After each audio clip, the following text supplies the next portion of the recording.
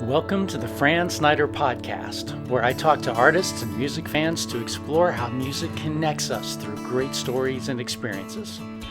Brought to you by Listening Room Network and our friends at TrueFire.com, the best place for online music lessons. Today's guest, Rissi Palmer. Hello, Rissi Palmer. How are you? I'm good, Fran. How are you? I'm doing great. I'm going to just tell a little bit, just a quick intro about you. Rissi Palmer's gift lies in reaching across boundaries. She's at home in R&B, but made her mark in country, touring and connecting with audiences with music that she calls Southern Soul. It is so good to see you again. It's been a year and a half. It has. I have dropped a child since the last time we saw each other. You were so pregnant when you were here. I was so miserable and pregnant, yes. This was the Listening Room Festival 2019, something we're eager to do again if COVID ever allows us. We had to postpone this year's until November, and that's looking kind of sketchy at this point too. So we may be fully skipping the year and just defaulting back to our dates for for the 2021 for the 2020. I hate that. So, but that's it's kind of where it is. Yeah. But yeah, so you were here for the festival a week long.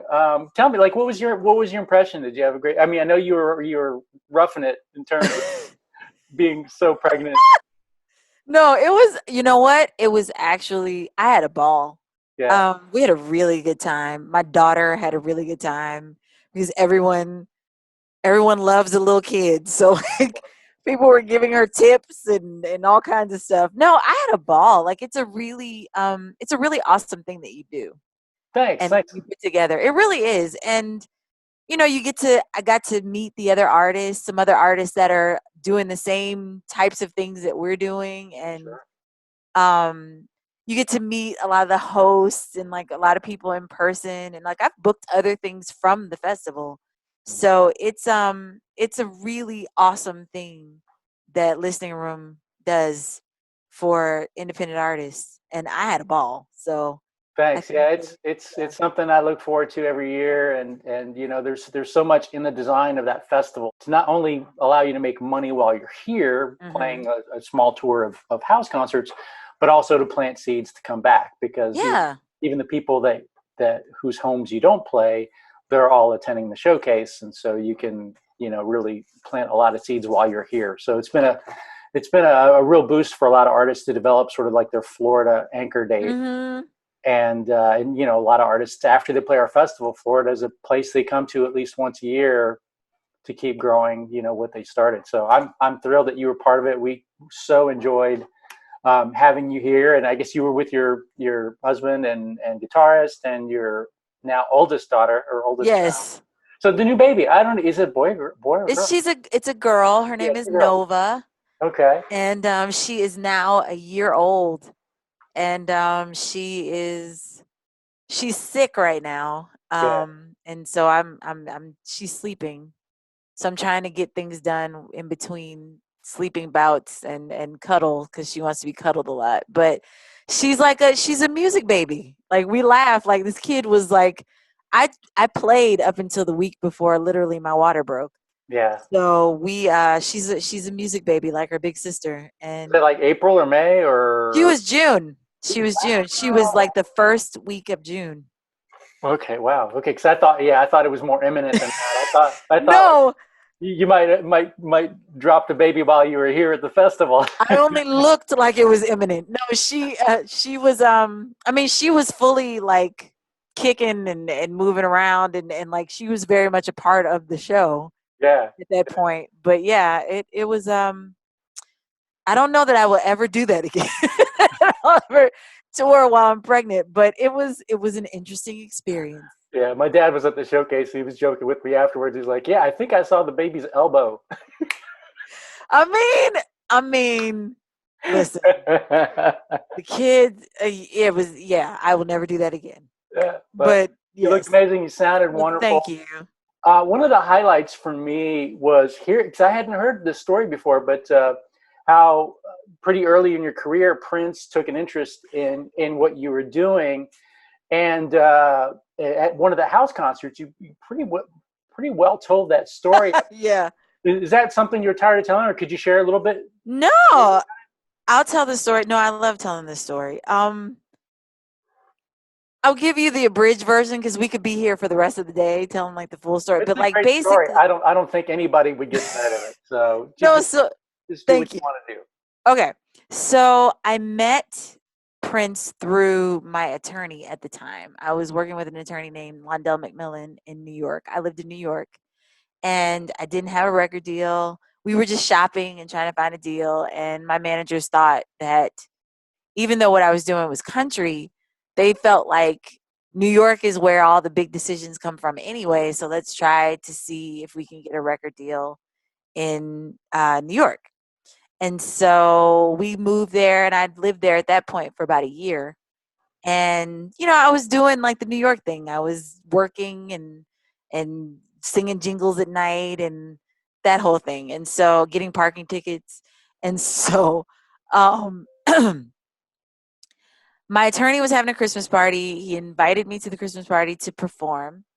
And he said, Prince is going to be there. And I was like, okay, yeah, whatever. And like, I knew that he had a lot of really high profile clients and that sort of thing. So I knew I was going to see a lot of people, but like Prince, like, okay, sure. Is Michael Jackson coming too? Like, it's just like, okay, whatever. And so I go, me and my guitar player, we do the Christmas party and meet all these really cool people and take pictures and all excited. And towards the end of the party, I start noticing these dudes with these headsets and like they're like pressing and like they look like Secret Service. And so like I thought that Bill Clinton was coming because he had just moved to Harlem and the office was like in that area. So they look like Secret Service. And so I was like, oh, the president's coming. The little Secret Service guys start ushering us into this side room, into a boardroom where the doors close and everything. And Londell comes in and he's like smiling real big. And I was like, what? And all of a sudden Prince comes in. And he's fabulous. He smells amazing. He looks amazing. And he's like, why don't you play us a song? And so then I started playing a song. I'm like, whatever. And so we just start playing these songs. And he goes, hang on. So did they separate you from the rest of the party yes. into a boardroom? So like Prince didn't go to the whole party. He just came to this little side. He just came to the little side room. And I would like to believe that it was just to hear me, but I don't know that that's true, but whatever. We'll pretend that. No one can dispute my story at this point except Londell's. So then I play the first song and he's like, that's nice. You got anything else? And so then I play this other song. And then he goes, you got anything else? And so then I play another song. And so then finally he goes, may I? And he walks up and he takes my guitar and then he does like Prince, like just this amazing. So I'm freaking out. And so I'm just like, oh my God, you touched my guitar. I'm dying. And so then he goes, we'll talk soon. And then he walks out. And there's no goodbye. Like it's just, we'll talk soon. Whatever. So I'm floating on this for like several weeks. And I get a phone call 2 weeks later. And it's like the week before Christmas. It's his assistant, Ruth. And I thought it was one of my friends messing with me. And so she was like, hi, this is Ruth. I'm calling for Prince. And I was like, okay, Autumn girl, that's not funny. And she's like, I don't know who Autumn is, but this is Ruth. And so I end up talking to Ruth, and Ruth is like, Prince wants to know if you have any new music or anything that you can send him. So I was like, yeah, sure. So I sent him a bunch of demos that I'd been working on. But hang on, that's like I sent him a bunch of demos. That had to be like the most stressful choice of songs in your life, right? So this is like the early 2000s. And so I like 2005-ish, 2004.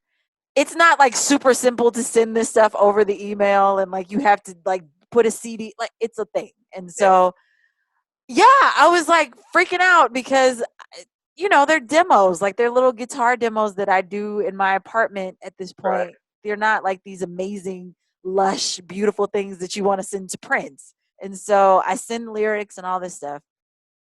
And he sends back notes. And I'm dying because I'm just like, Prince has email. And he's looking at my email and he's like, anyway, Ruth at this point writes me back and she's like, okay, so Prince wants you to come to LA. Can you come to LA this weekend? And I have a job, like I have several jobs. And so I have to call everybody and I'm like, I'm not coming to work this weekend because Prince is coming. And I work retail. So like I was working retail and, you know, it's Christmas. So they need all hands on deck. I told my boss, I was like, look, you're probably not going to believe me. It's fine. Prince is flying me to Los Angeles. And so I can't come to work this weekend. And so they're all like, okay, I don't really believe you, but that's fine. So he sends a ticket. I fly out to Los Angeles. There's a limo waiting for me, like this really nice hotel, all of this. Like it's amazing. And the first day I'm there, like nothing happens. Like I don't get a phone call. Ruth is like, he'll call you when he's ready. And so I was like, fine. So I'm just putzing around LA. And the next day I get a phone call and she's like, okay, Prince wants you to come. The car is going to come get you in an hour. So I'm freaking out about what to wear because what do you wear to go hang out with Prince? Car comes. I get there and like these gates open. And like a lot of people don't know this, but he had a comparable estate in Los Angeles to Paisley Park that had a studio and all this stuff. So we pull up and the car window is tinted because it's LA. I just see the door opening. And I hear the trunk getting my guitar. And so I open the door and he's standing there. He opened the door and he got my guitar out. Nice. And he's like, come on in, come to the studio. So I go in the studio and Nika Costa is in there and he's working with Nika Costa and I love her. And so I was freaking out. And Randy Jackson's sitting on the couch because of course. it's LA. He's like, Randy, meet Rissi. Nika, meet Rissi. And I'm like, hi. And so I'm just sitting there, just really quiet and like freaking out watching them. And he goes, you want some of this? Like he's playing guitar. They're doing overdubs for her record. And he's playing guitar and he's like, you want a piece of this with the guitar? And I was like, no, I'm good. I think you got this. We just sit and we're listening and we're talking and Randy's asking me questions and Nika's asking me. Like, it's just like, it's crazy. At the end of the session, everybody leaves except Prince and me. And so he's like, I want you to come into the big room. So we walk into the big room and he's like, I flew you out here because I want to see if you can hang. I'm putting together a new group of artists and just new vibes. And I want to see how you vibe with everybody. And it's he goes, it's a 24/7 thing. Like a real world, like MTV thing or? He's like, well, he's just like the hang, like just the time. And so like, you know, be prepared to be awake all damn night, basically is what he's saying. Nice. And be on call. I'm like, yeah, that's fine. He's like, okay, you need to go get you should get a pedicure. We're having a party later. Now, mind you, I had on boots, but somehow he knew that I needed a pedicure. And if Prince tells you need a pedicure, just get the damn pedicure. And so I got a pedicure. There was a lady there that did that. So I just got a pedicure. and then I went back to the hotel. And so thankfully I had a friend in town that could go to the party with me because I was like, otherwise no one is going to believe this story. So she meets me at the hotel. Again, we're freaking out because what do you wear to a party with Prince? Right. And so the car comes to get us. We go to the house. We walk up. The Secret Service guys are there. Rissi Palmer's here. Rissi Palmer's here with the guests. She's here. Rissi Palmer's here. And so then he comes downstairs. Prince does. He's wearing a top hat, a vest, a pair of tuxedo pants. The vest is open. There's a huge cross and like a pair of black heels. And he's like, welcome to Paisley Park. And I was like, thanks. And so he's like, he was married at the time. So he's like, I want you to meet my wife. His wife, of course, is like the most beautiful women. And like, sidebar, all the people that work for Prince are the most attractive people you have ever seen in your life. That's funny. And everyone's like made up and like looks fabulous. And yeah. So he's like, get something to eat. There's a chef. And we have a DJ, and later we're going to jam. And I was like, okay, cool. So we walk in, and the Black Eyed Peas are laying on the floor looking at Cabaret because it's showing on the ceiling because why not? And Dustin Hoffman and Tavis Smiley are playing pool.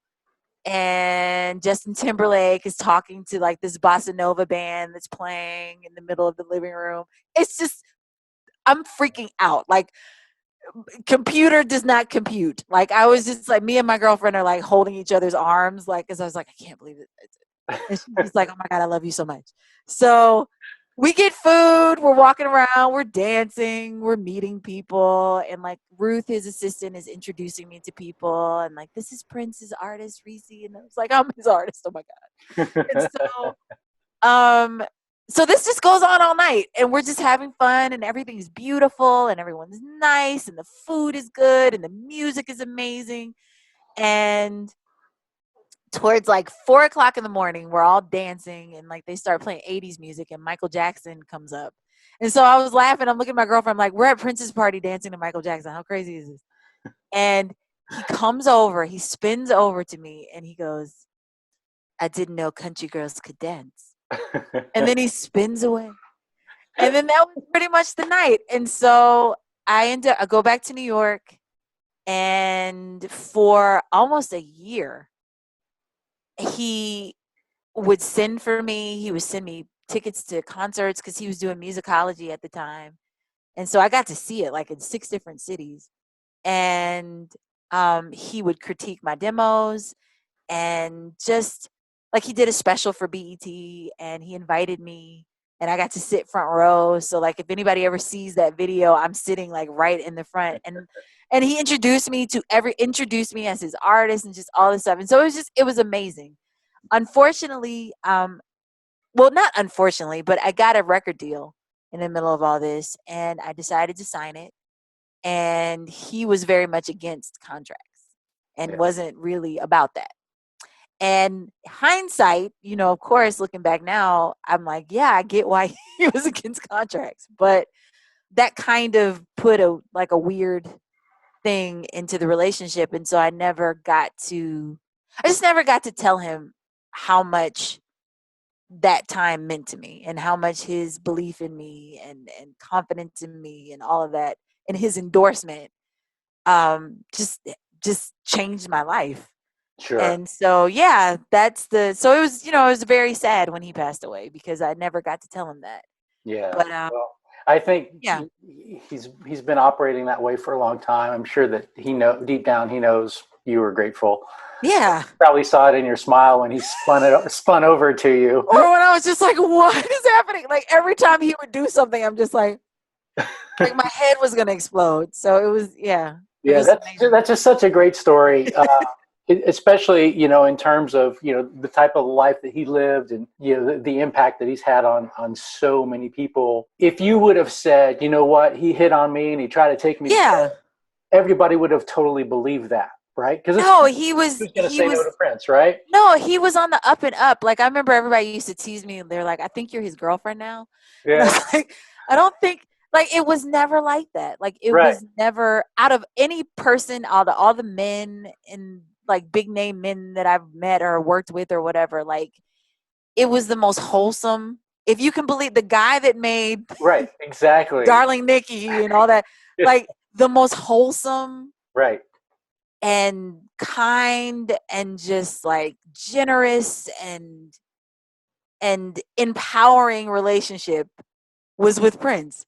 Right. And it's so not the Hollywood story at all. For me is a really amazing part of that story. Obviously it's always, fun to connect with somebody famous and all that, but the fact that the experience was so wholesome and so positive is really remarkable. Really. Yeah. I mean, every good thing that you hear about him, it's true. Sweet. You got a deal with sort of a country label. Yes. Put out sort of a country record.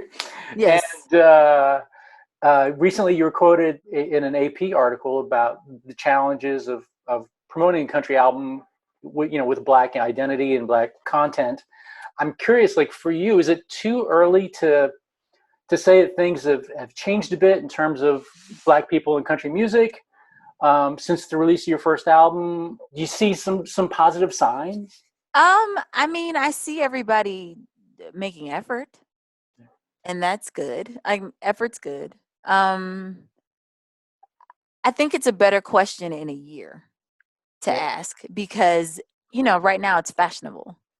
And it's the thing right now. And I sound extremely cynical saying it that way, but I will believe it when I see, like, there are companies and there are groups and there are organizations within the country music industry that are doing real work. There's a group, I'm going to quote their name wrong, but they've been holding panels for like the last couple months, just open dialogue panels that people in the industry can watch and other people can register for, where they talk about Black issues or minority issues within the industry. And that's really cool. And I think the conversation is really important. But again, I think it'll be a better story, or it'll be easier for me to say yes or no next year when the spotlight is off, and like when the New York Times isn't writing think pieces about country music, and when every publication right now is not writing think pieces about this, if people are still going to be following through, if they're going to care as much about diversity as they do right now. Yeah, and one of the things that always resonates with me is how often good intentions sort of backfire. Like everything is like a double-edged sword. One of the clear examples that I had from this was when I was touring the college circuit. My agent represented a Black artist who was doing really well.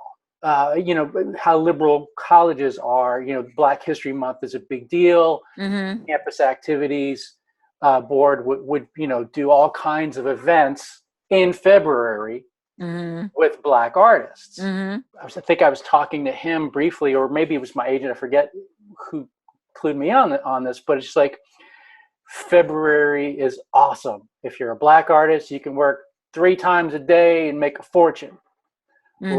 Rest of the year, nobody wants to hear from you. Right.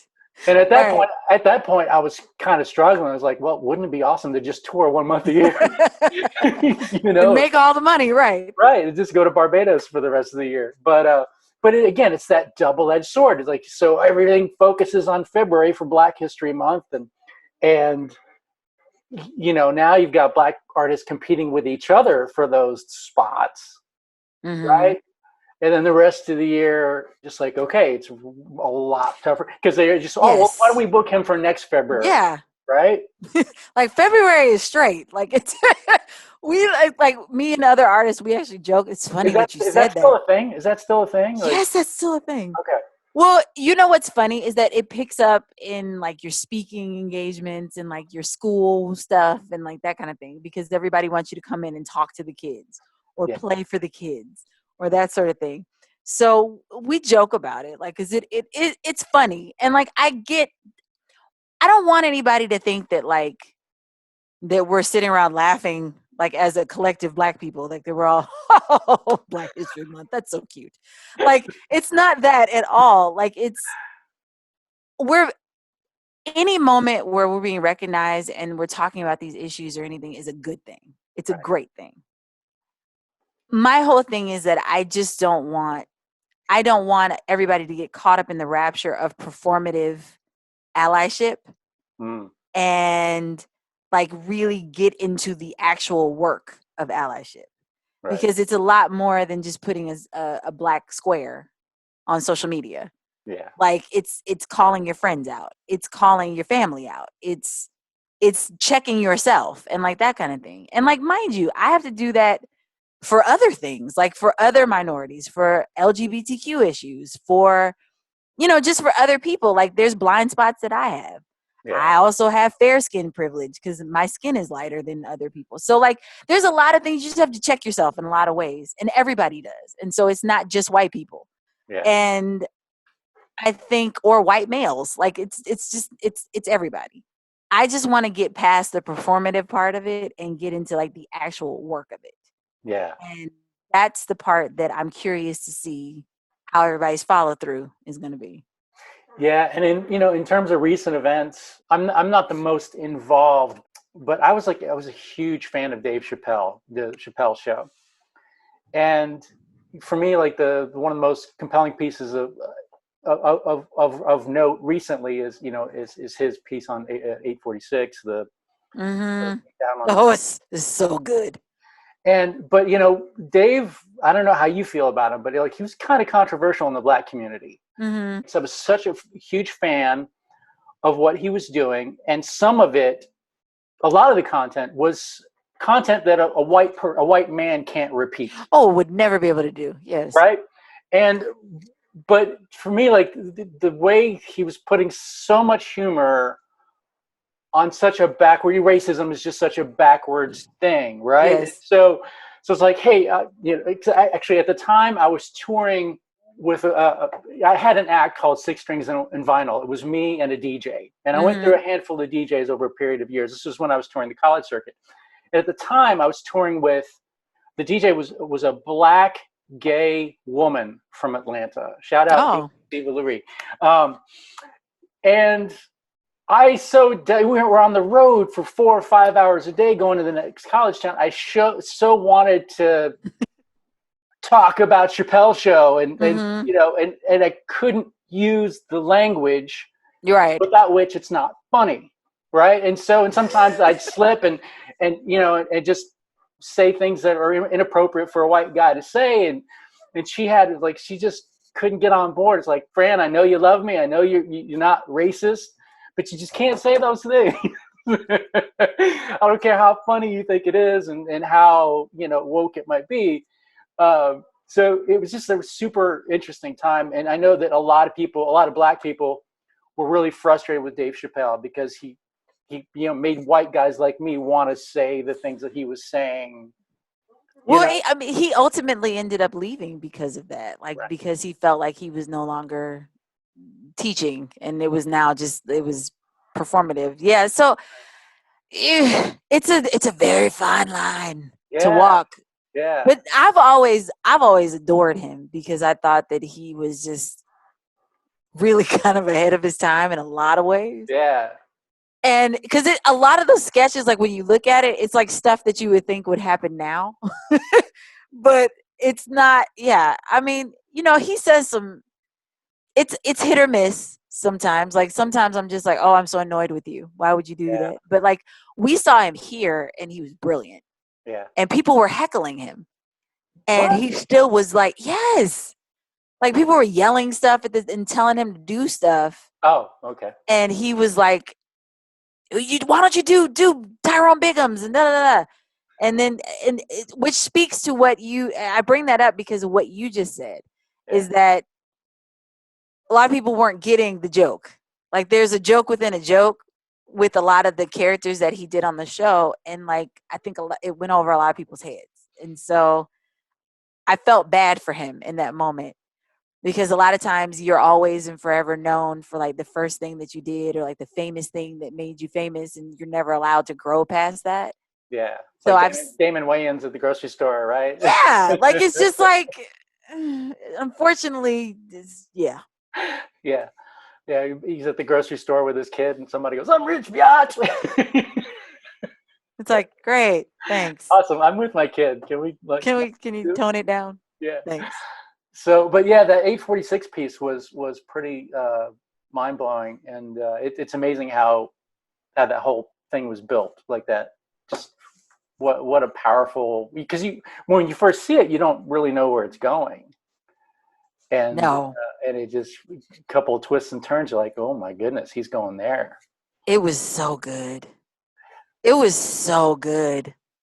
It wasn't funny at all, but it was so good. Yeah. Oh, it was so good. One of my favorite questions to ask musicians, as a songwriter, one of my favorite things is when a fan comes up and says, oh, that song that you played, that's my story. It's like it felt like you were reading my life story. And a lot of times that song, as a writer, you feel like it's so specific to your experience, right? Mm-hmm. So, they say, oh yeah, you're just totally singing my story. And I'm thinking, so your dad was a ballroom dancer? No, not. Wow, not okay. Oh, okay. Your mom left when you were 5? No, not that, but everything else. Everything else is me. So, I'm curious, because for me, that's created a lot of funny moments, at least in my head, if not out loud. And I'm curious if you get those kinds of experiences off stage, if any remarkable ones sort of stand out. No, I can't think of any one in particular, but I remember once I was told by a producer in Nashville that sometimes some of the things that I write are too specific, meaning that it could only make sense to me. Yeah. And I'd heard other people say that about other artists, that I just absolutely loved. And I never understood that because I was just like, well, why wouldn't I write about what I like, exactly what I'm talking about? And so I think I write pretty specifically. And um, so it always surprises me who says that they relate to what songs. Like, well, I have a song on this album that I wrote about a miscarriage. And I guess like I'm thinking of the lyrics in my head. I guess they're pretty some of them are pretty general, but for the most part like I knew specifically what I was talking about. And like I've had men come up to me after the show and they're just like, "Oh, that song. That song just," and I was just like, "Well, I'm glad that it touched you." Like, and I was like, I guess that, I mean, because death is a universal thing, and so like it's a you can everybody can identify, I suppose, but like it's just funny because I'm like, that's a very specific song. Yeah, But yeah, I think people want to feel connected, and music yes, is such a great tool for that. And so the details don't need to get in the way. right. To It's feel like I'm not a I'm not a baton twirler, but I guess I can relate to this song about your baton twirling. So yeah. So we're 3-4 months into the shutdown. Just in case you're listening to this in the future, uh, we had a epidemic hit us 3-4 months ago. Everything's shut down. Live music is let's just say a lot less prevalent than it used to be in our lives. So Rissi, I'm curious, basically how you're coping with this massive change in not only our work but our prospects for work. Yeah. Past 4 months, The hell have you been doing? yeah, what are you doing with yourself? I know you got a baby. That's got to be a Yeah, well, and the 9-year-old is like sometimes is like 36, and then sometimes she's like 2. So, I mean, between being like a teacher and a short order cook and a laundress, because I don't understand how people that only wear sweatpants can make so much laundry, but it happens. And the house is like so much dirtier than it used to be. So like I'm also a maid and like all these things. So like all outside of all my household stuff, it has made me diversify what I do. So I mean, in that regard, it's been a good thing. I hate to say good thing because it's terrible and it's been really bad for everybody, but it's made me, it's kind of like when you lose your, like if you lose your sight. I've read and I've heard that when you lose one sense, your other senses get stronger. And so in not being able to perform and not being able to do shows the way that I traditionally do them, it has sharpened all my other skills, like my talking skills. And we've done so many online streaming things. And like, it's terrible. Like the phone rings and like all children walk in and like all kinds of stuff. But like, you learn to like just kind of roll with it and make things funny. Or like, I mean, I videotaped myself, me and my daughter making cookies, and people loved it. And like it's just like you just figure out the other things that you're good at and the other parts of yourself that you're willing to share and that people would be interested in. And so yeah, I've just kind of it's definitely diversified the way I think about my career. You just end up working harder. Yeah. Working harder for the money. Like it's So you've been developing a podcast? Yes, I am. It's One of the things that maybe you started during COVID? yes. Well, so the idea of it came about like a year ago, Mhm. but um I was so busy, like just living life and then playing, and then we just had this new baby that I wasn't sure when I was ever going to be able to like make it a thing. Once I knew we were going to be in quarantine, and I didn't know how long we were going to be in quarantine, I was just like, well, since everything's shut down and everybody's home, this would probably be a good time to start doing the show. So I started working on it. So the show that we're talking about is called Color Me Country, Mm. and I named it that after Linda Martell, who was the first Black woman to perform on the Opry. She happened in the 60s. She was a counterpart. She was supposed to be the counterpart to Charlie Pride. Unfortunately, her career didn't go as successfully as Charlie's did. And she ended up leaving the business completely after like 2 years. And she's changed her name and everything. She doesn't give interviews. Like, she's just left the business. So I decided that I wanted to talk to and focus on Black women, Indigenous women, and Latinx women in country music and Americana music, and just kind of get their stories. Because everybody, like you said, the February thing, the Black History Month. During Black History Month, everybody wants to talk to you. Everybody wants to know how was it in country music being Black and that kind of thing. And then we don't talk about it ever again.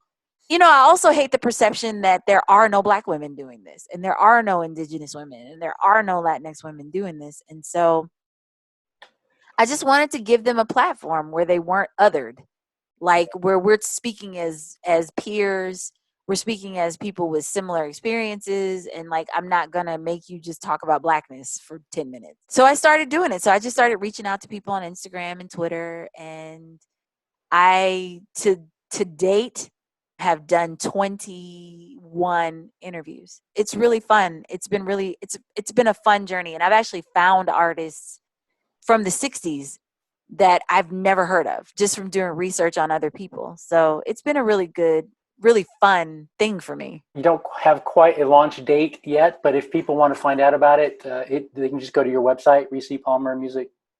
They can go to RissiPalmerMusic.com or ColorMeCountry.com. So that's kind of your twist, I guess, during COVID, working on the show, or at least other than doing live streams and everything else that we're all doing. Did you set up Patreon? I know a lot of people were slow to Patreon, and then this hit. It was like, okay. Yeah, everybody's got a Patreon.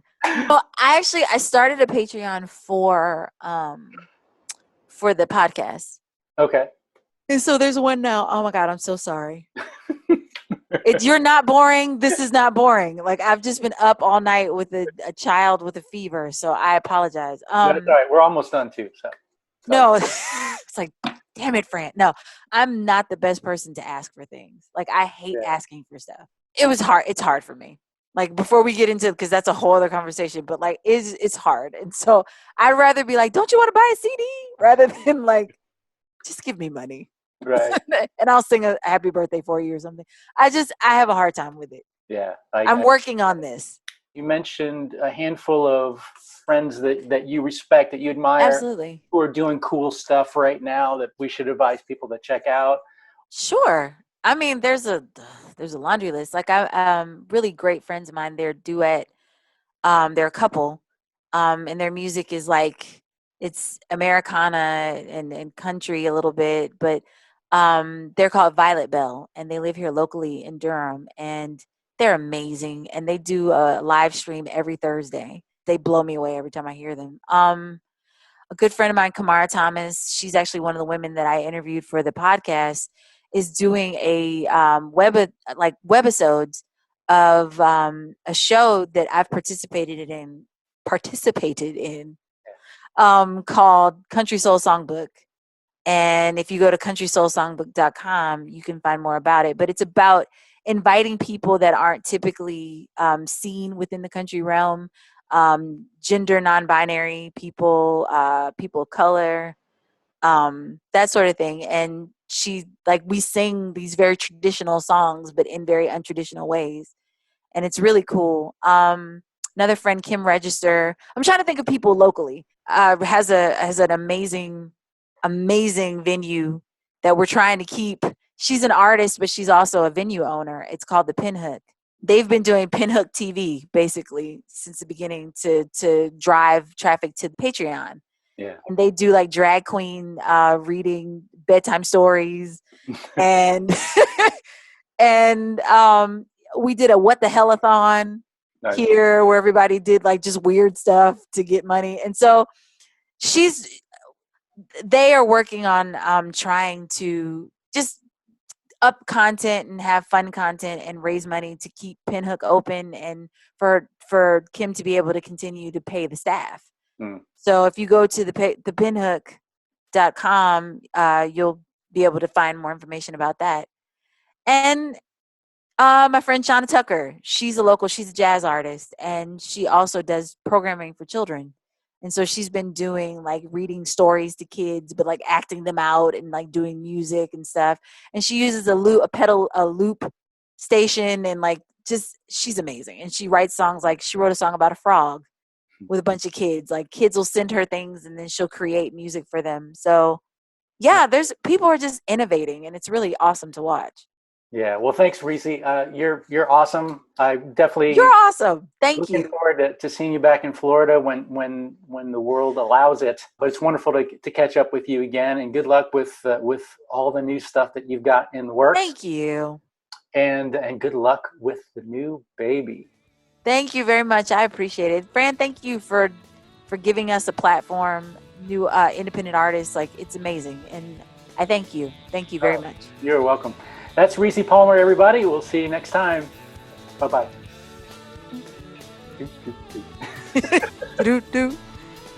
Thanks for listening to the Fran Snyder Podcast. Please subscribe, like, or share to help your friends discover this community. Brought to you by Listening Room Network and TrueFire.com. Learn, practice, play.